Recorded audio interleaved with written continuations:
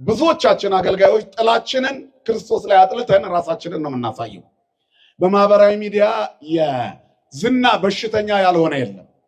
የዝና በሽታ ወይንም በዝና የሚመጣው ጋኔን ሰዎችን ራቁታቸውን አደባባይ እንዲወጡ፣ በጭቃ ውስጥ ከነጭንቅላታቸው እንዲነከሩ፣ ከአራዊት ጋር እንዲጫወቱ፣ ነውርን ቀለል አድርገው እንዲይዙ አድርጓል። ያ ሁሉ ግን ልክ ስላይድ እያደረጋችሁ እንደምታልፉት ያልፋል እንደ ጠዋት ጤዛ።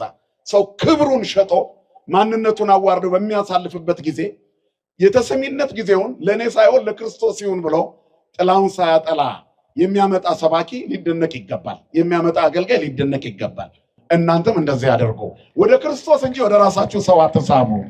እውነተኛ አገልጋይ ሰዎችን ወደ እግዚአብሔር ይስባል እንጂ ወደ ራሱ አይስብም። መጥምቀ መለኮት ቅዱስ ዮሐንስን ያዙት። በጣም ብዙ ተከታይ አፍርቶ ነበር። ነገር ግን ምንድን ነው ያደረገው?